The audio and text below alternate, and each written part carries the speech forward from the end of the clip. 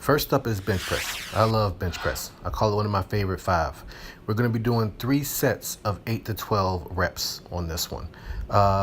Word of advice, if you feel the need to arch your back, arch your back just enough that you can get your hand underneath. Keep your feet going forward, and you're going to want to make sure that you bring the bar down, but don't bang it against your chest. You want to get like just right on your chest.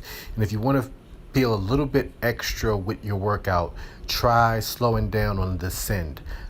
Pretty much go up for 1 and count down for 4. But this will definitely work the chest, and you'll definitely feel something in your triceps if you're doing this right. Next, we're going to be doing the overhead push press. This exercise will work the shoulders, but to get a little bit extra weight up, you're going to be using your knees when the bar comes down to your chest. We're going to be doing 3 sets of 8 to 12 again, and you want to keep your legs about shoulder width apart instead of at attention like when doing the military press. Next up, we're doing the Arnold Press.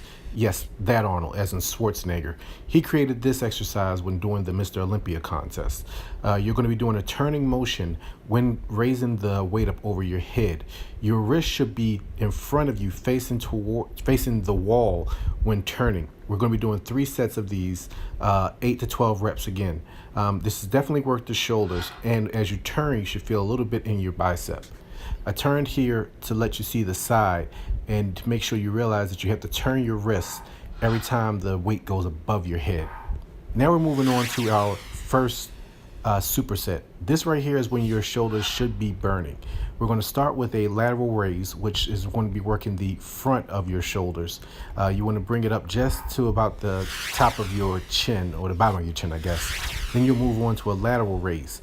Don't worry about trying to do this with a lot of heavy weight, because your shoulders aren't meant to lift weight like this that way. If you can only do 10, 15, 20 pounds, that's just fine. And finally, we're going to go right into our forward lateral raise. This will work the back part of the shoulder as well as the upper back. We're going to be doing 3 sets of these, 8 to 12 each time. Now we're on to our second superset of the day, doing one of my favorite exercises, the barbell curl. Again, you want to get a nice weight with this, but you're going to be doing 3 sets of 8 to 12 again. This will work the bicep, and you might feel a little something in your forearm.